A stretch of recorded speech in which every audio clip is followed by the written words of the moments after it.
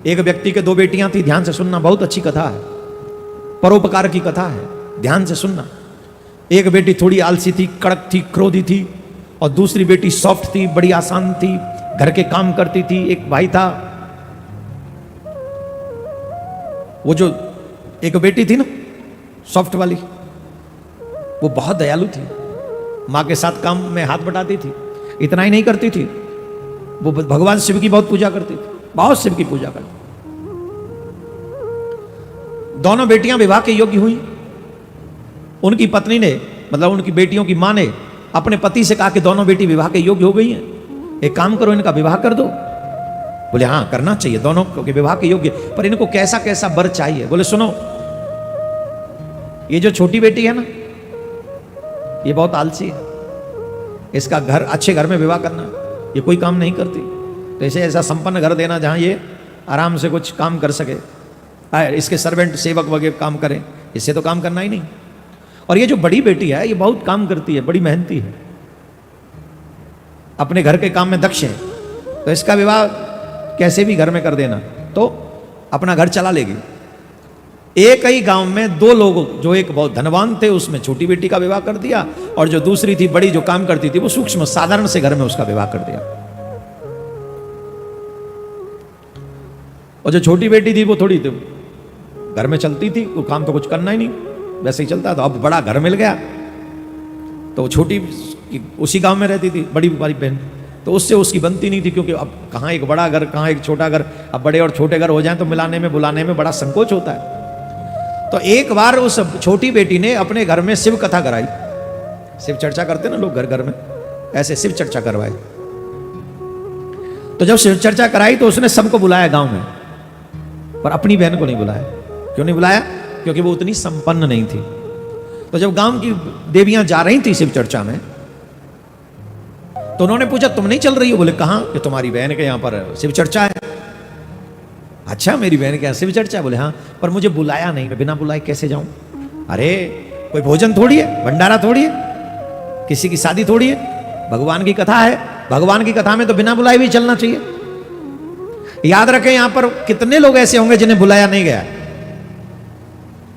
जिन्हें कार्ड नहीं दिए गए, वो बिना बुलाए आए हैं, और सच्चे श्रोता वही हैं। और कैसे ऐसे लोग हैं जिन्हें कार्ड भी दिया गया, वो फिर भी नहीं आए, ऐसे भी बहुत लोग होंगे। और हम तो कहते हैं समिति के लोगों से ज्यादा पैसा खर्च मत किया करो प्रचार विचार कार्ड बांटने में, जिनको कार्ड देते वो आते ही नहीं।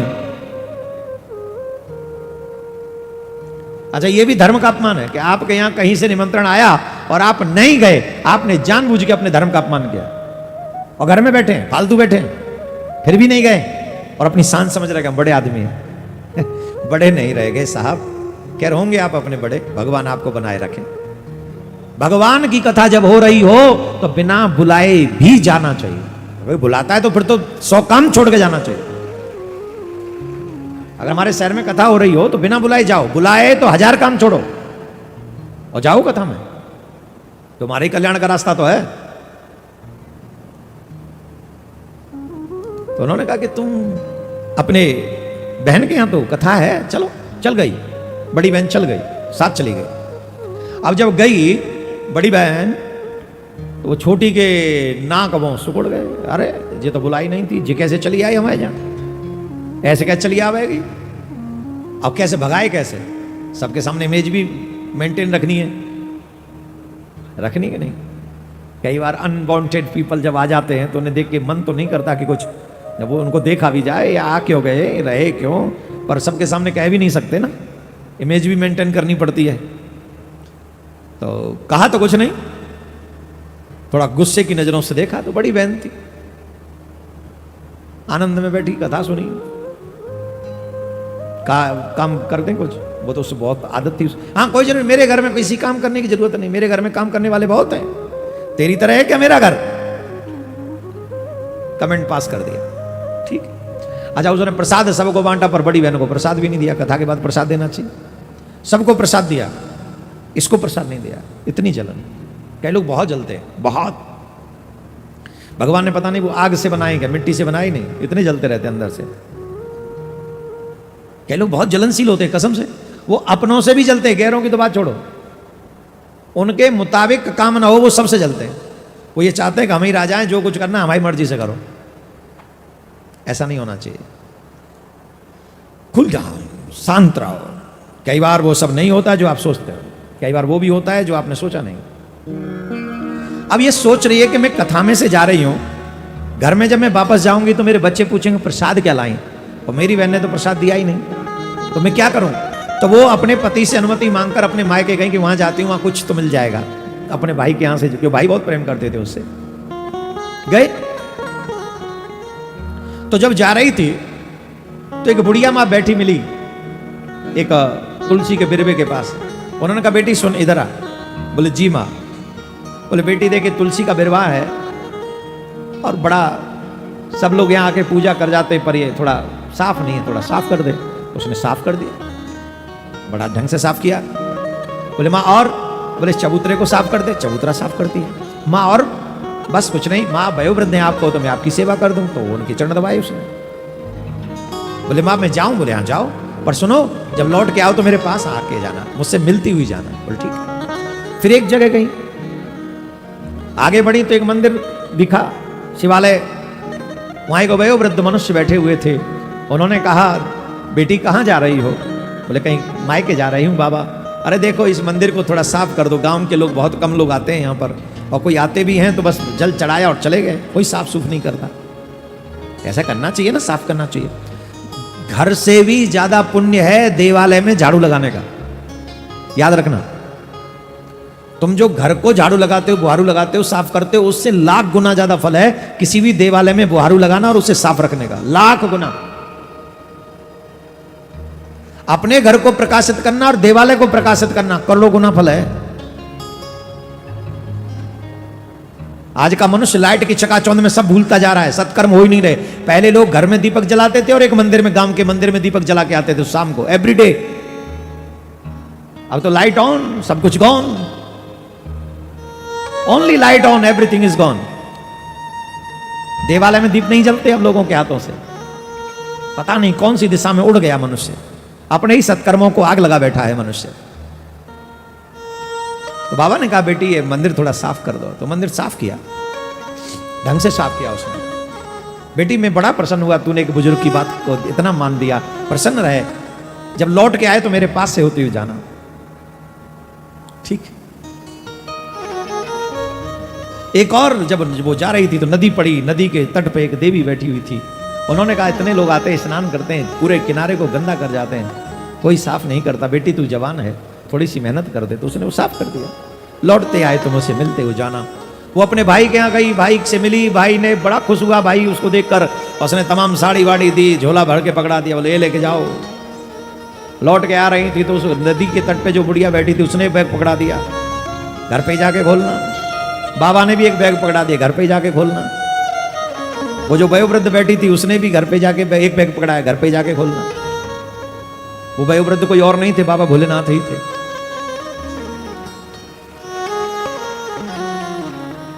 वो जो तुलसी के आगे बैठी कोई और नहीं थी, साक्षात तुलसी माँ थी। और गंगा के तट पर मिली हुई देवी कोई और नहीं, साक्षात गंगा माँ थी। और तीनों ने ऐसे भर भर के बैग दिए, किसी में खाद्य पदार्थ इतने थे जो कभी समाप्त ना हो। एक बैग में शंकर भगवान ने ऐसा बैग दिया, उसमें इतना रत्न था, इतना धन था कि जितना चाहे खर्च कर लो कभी खत्म होने वाला नहीं, ऐसा बैग दे दिया बाबा भोले बाबा ने। तुलसी मां ने भी खूब सुहाग की सामग्रियां भेजी उसके, इतनी भी धारण करो कभी समाप्त नहीं होगी। ऐसी भाई ने भी साड़ी वाड़ी जो बहन को देते खूब बढ़ चढ़ के उसने दिया। अच्छा वो एक ही यात्रा में वो इतनी धनवान हो गई, उसको लगा ये तो मैंने शिव कथा सुनी है, ये उसका प्रभाव है, और इसका प्रभाव है तो मुझे शिव कथा सुननी चाहिए। एक बात ध्यान से सुनो, जितने लोग यहां पर बैठे हो, तुम भाग्यवान हो जो हर दिन आए हो, घर छोड़ कर आए हो। तुम्हें बाबा क्या नहीं दे सकते, तुम सोच नहीं सकते बाबा तुम्हें इतना दे सकते। और कार्यकर्ता लोग रेडी रहो, तुम लोग, तुम्हारा भाग्य बदलने वाला है। जिन लोगों ने यहां बुहारू लगाई है, जिन लोगों ने यहां झाड़ू लगाई है, जिन लोगों ने जल साफ किया है, जिन लोगों ने मंच साफ किया है, जिन लोगों ने बाबा को सर पे विदा किया है, याद रखना तुम्हारा भाग्य बदलने वाला है। विश्वास से करना, कहीं ऐसा ना हो कि सिर्फ कार्ड के चक्कर में किया तो कुछ नहीं मिलेगा। अब भाई सुन लो, जो दिखाने के लिए करते हो उनका क्या होगा, अभी आगे बाकी है। ये तो जो श्रद्धा से करते हैं उनको ये सब मिल गया। नाटक खोरों को भी क्या होता है, सुनो ध्यान से। अब क्या किया, उस बड़ी बहन ने भी सोचा कि शिव कथा से सब संभव हुआ है, तो मुझे शिव कथा करानी चाहिए। तो उस देवी ने अपने घर में शिव कथा रखी और सबको निमंत्रण दिया, पूरे गांव को निमंत्रण दिया, भंडारा किया, अपनी बहन को भी निमंत्रण दिया। यहां पर एक बात सिद्ध होती है, कौन सी? जो तो को कांटे वो ए बाकू वो तू फूल। उसने खूब भंडारा किया, अपनी बहन को भी बुलाया। वो अपनी बहन ने जब देखा इतना बड़ा घर, इतनी बड़ी ये व्यवस्थाएं, ये चोरी, तू कहां तेरे का है वो, तू कैसे बदल गई ऐसे? कौन के घर में चोरी कर लाई तू? मैंने चोरी? ये सब बाबा की कृपा है। तुमने हमको प्रसाद नहीं दिया ना, तो हम मायके चले गए। पूरी कहानी बता दी, ऐसा ऐसा हुआ। तो पता है वो क्या बोली? ऐसा हुआ? बोले हाँ। तो सुन, तू मुझे प्रसाद मत देना। अब सुनो, आर्टिफिशियल भक्ति शुरू। उसने श्रद्धा से किए ना सब। वो करी, मैं भी जाऊंगी अपने भैया के, खबरदार अगर तूने मुझे प्रसाद दिया तो। वो देवी बड़ी बहन बोली, बहन ऐसे कैसे संभव है, जब मैं सबको प्रसाद दूंगी? ये तो शिव का प्रसाद है, मेरा क्या है? सब शिव का है, इसमें मेरा क्या है? शिव का है। तुमको क्या लगता है मैं दे रही हूं ना? सब शिव दे रहे हैं। अरे होते हुए भी जो ना बांटे उससे बड़ा कंगाल कौन है? शिव दे रहे हैं, हम कहां हैं? तू मत देना, मुझे मत देना। वो देने लगी, वो लिया ही नहीं उसने। मुझे मत दे, मैं नहीं ले रही। हाय, जब जाके करिए, अब मैं घर जाऊंगी तो मैं प्रसाद, क्या बच्चे मांगे प्रसाद, कैसे कहूंगी? भैया के यहाँ चलती हूँ, वहीं से कुछ लाऊंगी। चल दी भैया के यहाँ, तो एक बुढ़िया माँ मिल गई वहीं तुलसी के पास। अरे बेटी ने क्या, तुलसी के बिरवाए साफ कर जा। बुढ़िया तेरे हाथ टूट गए, मैं कोई तेरी नौकरानी लग रही हूं? जब मैं करूंगी या साफ हो, तेरे हाथ ना है। चली गई। बाबा मिले आ गए। वो बुढ़िया माँ ने कही, जब लौट के आवे तो मुझे जरूरत मिलती जाइए। बोले हाँ मिलूंगी। फिर बाबा मिले, अरे लाली ओ लाडो ने क्या है, मंदिर ने साफ कर दे। बोले मंदिर साफ कर दे, मैंने गंदो करे हुई, मैं आई हूं। ए जो लोटा ढरका जाए का उनते कहे ना, वो हमें ज्यादा भगत के बच्चा, वहां में भगत के बच्चा जल चढ़ा जाए, फूलन फैला जाए, अगरबत्ती जरा जाए, जो कि कभी जरानी ना चाहिए। धूप बत्ती जरानी चाहिए, दीपक जराना चाहिए। अगरबत्ती कौन कह के मर गो कि अगरबत्ती जराओ? कौन है कही अगरबत्ती जराओ? तो बोले बाबा मैंने एक मंदिर गंदो कर दिया, जो मैं साफ करूं? बूढ़ो है रो पर चलती ने फिर रोक रोक के मंदिर साफ करवा रहा। बता, चली गई आगे। नदी पे वो देवी मिली, बहना अरियो लवाड़ो, मेरी बच्ची आए कि क्या न किनारे साफ कर दे। बोले अम्मा ते छोरी ना है, उनते साफ करवा ले, ते नौकर लग रही हूं। जट चली गई। रात में पहुंची, भैया ने कही, भैया बहन आई है? बोले हाँ सवेरे आई है। और सवेरे बोली मैं जा रही हूं। भैया ने कही जा। वो आई, वाय तो तेने बैग बैग दिए, वहां तो तेने बड़ी चीज दई। बोले वो आए के काम करे, वो आए के सबसे प्रेम करे। जब वो घर में आवे है ना, तो अपनी भाभी को हाथ भी बटावे। तू आए के महारानी की तरह पलंग तोड़ है, कौन देगा तू है? लड़के भैया ते लड़ाई, अच्छा तू तो ऐसा है, तू तो ऐसा है, तू अपनी बहन ते जुबान लड़ावे, तू अपनी बहन को भी आदर ना करे है, तुम्हें कौन देखेगा? तुम्हारे यहाँ कौन आवेगा? जब तक मैया जिंदगी है जब तक आ रही हूं मैं तो, नहीं तो मैं तो कबू तुम्हारे मुंह ना देखूं। लौट के आ रही थी, तो जब लौट के आ रही थी तो एक वो मैया जो मिली उसने भी बैग पकड़ा दिया, वो घर में खोलना। बड़ी खुश हुई, बोले कि नदी साफ नहीं करी फिर भी बैग पकड़ा दिया क्या? बाबा मिले, उसने बैग पकड़ा दिया, बोले घर में खोलना। देवी मिली, उसने भी बैग पकड़ा दिया, बोले घर में खोलना। वो जो नदी के तट पे थी वो गंगा मैया थी साक्षात। मंदिर पे बाबा भोलेनाथ थे साक्षात। तुलसी पे साक्षात तुलसी महारानी बैठी हुई थी। और उन तीनों ने जब इसे बैग पकड़ाया और इसने जाके घर में खोला तो सारे बस क्योले क्योले थे, उसमें कुछ नहीं था, मात्र क्योले, काले क्योले। उन्हीं बैगों में उस पहली वाली बड़ी बहन को सुख संपत्ति, धन संपदा, अन्न धन सब मिल गया और इसे कुछ नहीं मिला। क्यों नहीं मिला? क्योंकि ये नकली भक्ति कर रही है। इसके जीवन में क्योले ही क्योले हैं। उसके जीवन में क्यों सुख संपत्ति आ गई? क्योंकि उसने कुछ भी दिखावे के लिए नहीं किया। मैं जो कार्यकर्ताओं को कह रहा था कि तुम्हें सब कुछ मिलेगा, क्यों कह रहा हूं? क्योंकि ये निस्वार्थ भाव से यहां सेवा कर रहे हैं। और जब हम समाज में कोई छोटा काम करें तो अच्छे सामाजिक लोग उसे इग्नोर नहीं कर सकते, तो हम परमात्मा के आगे जब कोई अच्छा काम करेंगे तो परमात्मा इग्नोर कैसे करेगा? बताओ जरा। आप लोगों का एक एक सेकंड अनमोल है। अगर निस्वार्थ भाव से आपने कथा सुनी है तो आप विश्वास कीजिए, तुम्हें बहुत कुछ मिलेगा। लेकिन शर्त इतनी है, विश्वास करो। आप सभी ने अपना कीमती समय देकर इस कथा का श्रवण किया, इसके लिए आप सभी का शुक्रिया शुक्रिया शुक्रिया। राधे राधे।